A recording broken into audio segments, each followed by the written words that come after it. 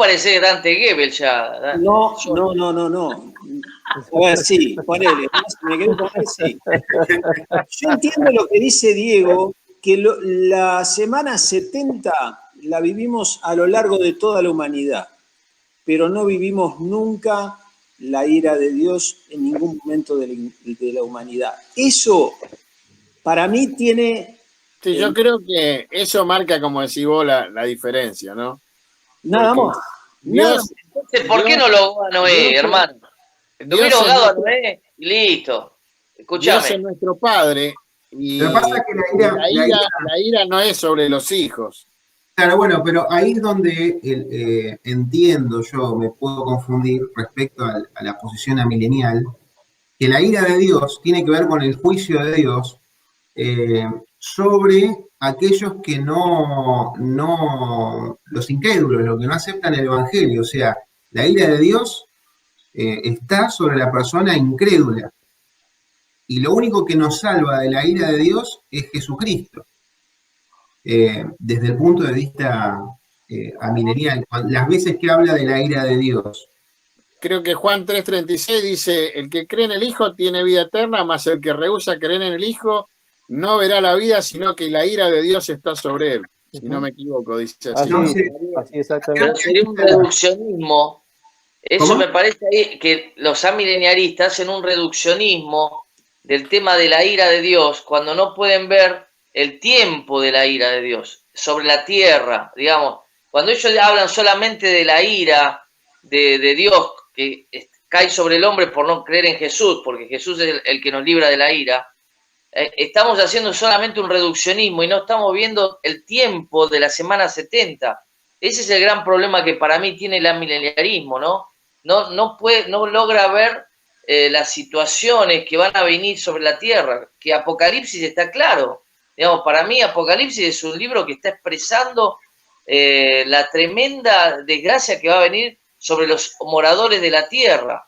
Los moradores de la tierra van a sufrir. Ahora, si a esto que estamos diciendo le agregamos la línea de tiempo, ¿no?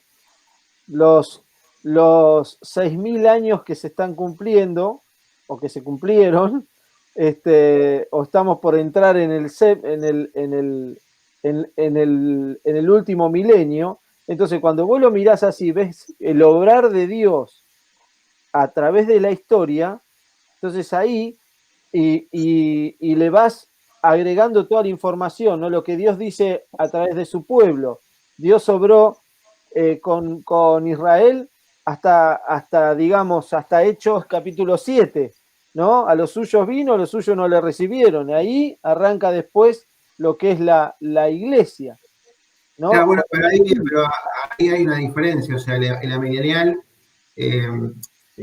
piensa de esta manera. O sea, los cristianos gentiles, o sea, los que no son judíos, se añaden. O sea, la iglesia ya no es los gentiles. La iglesia son todos aquellos que han creído en Jesucristo. Ellos son la iglesia, ¿sí? La asamblea de los llamados. Para el amilenial es eso, no hay una distinción, digamos, como que se termina una cosa y comienza otra cosa respecto a los judíos y los gentiles. Claro, pero no tienen en cuenta la semana 70. No, y además no tiene en cuenta que Dios empieza con la nación de Israel, termina con la nación de Israel, y en el medio está la iglesia, y si bien son cosas en un sentido complementarias, no es lo mismo para Dios. Israel, Dios no terminó con Israel, tenés que entrar en lo que se llama la teoría del reemplazo, ¿no? Donde la iglesia reemplaza a Israel a consecuencia de la negación. Y Dios tenía planes de antemano que no están cumplidos para Israel. Entonces, también tenés que ignorar eso, tenés que acudir a la teoría del reemplazo. Porque ahí está ignorando que Israel todavía tiene profecías y no la iglesia. Israel, según la Biblia, David va a volver a Israel, va a ser rey de Israel. Jesús va a reinar en la ciudad de Jerusalén. Es decir, si vos no podés entender que no estamos hablando solo de la iglesia y también de Israel, no lo puedes separar. Bueno, tenemos un problema ahí también, porque ¿cómo lo sacás de la escritura eso? Esas son promesas solo para Israel, no para los gentiles. Yo, por otro lado, creo, si la ira que se desató en el mundo con Noé, por ejemplo, ¿eso no fue ira de Dios? ¿Qué fue entonces?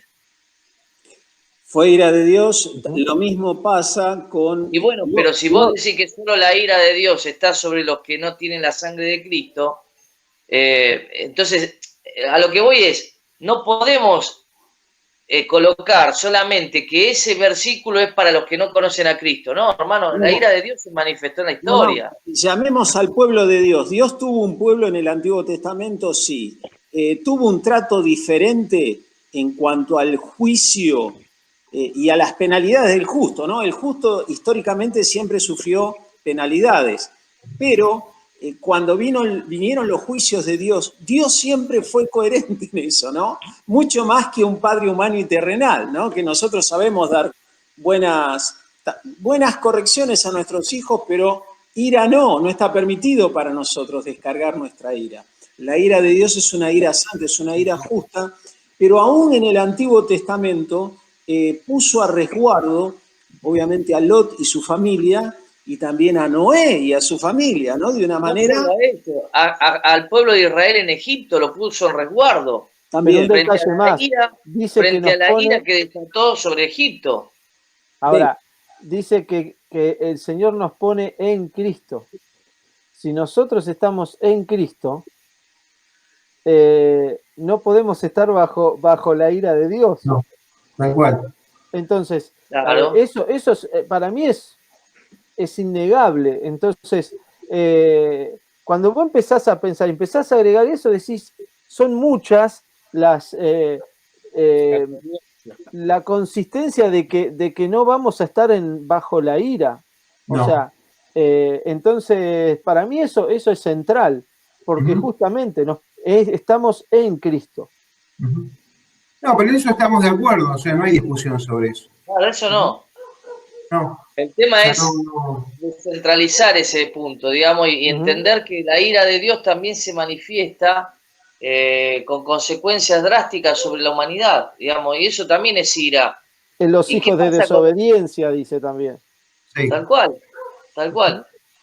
Frente a un faraón que no se rendía, Dios reventó todo, destrozó el imperio prácticamente. Y bueno, si eso no es ver la ira de Dios manifestada, digamos, yo no hubiera querido ser egipcio en ese momento, ¿no? No, viste. Sí, igual que no es, digamos, comparar la ira de Dios, la peor ira no es la que van a sufrir acá, con meteoritos. Eso es un regalo. ¿Me explico? O sea, que te caiga un meteorito en la cabeza es un regalo comparado a la ira de Dios. ¿Me explico? O sea, la ira de Dios no es las catástrofes. La ira de Dios es el infierno eterno, es la ausencia, es la separación eterna de Él. La ira de Dios, o sea, eso es ira de Dios. Después el resto es juicio. ¿Qué es? Sí, es juicio, pero lo estamos sufriendo también. Sí, claro. ¿O no lo estamos sufriendo? O el COVID, ¿quién lo permitió? Dios.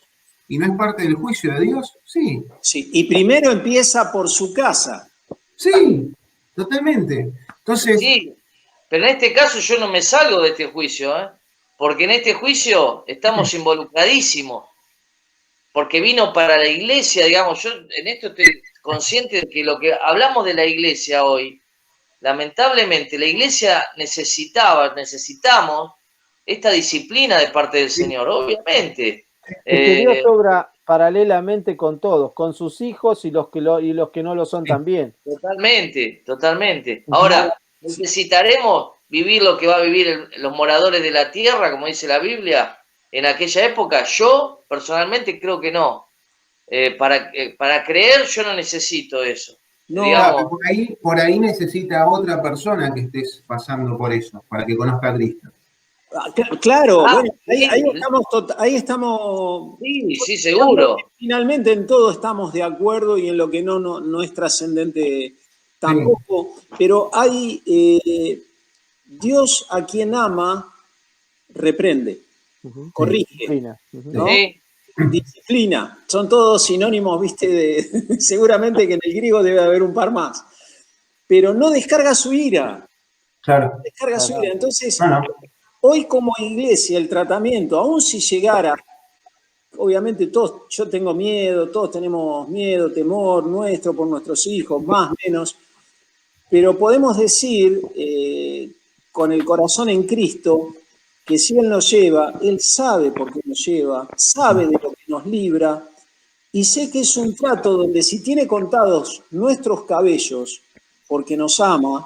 Ayer hablábamos con Benjamín que, bueno, mensaje de un hermano, ¿no? Que lo primero que haces cuando sacás a un bebé de la NERS es contarle los deditos. Dice que, claro, vos querés que esté completo, Dios tiene contados nuestros cabellos, entonces en su amor nos corrige para que no nos apartemos, para que no nos perdamos, ¿no? Por amor, pero no es un juicio condenatorio. Él nunca va a dejar de ser nuestro Padre, porque Sí. no nos echa afuera. Entonces, en eso sí podemos estar seguros. Sí, sí.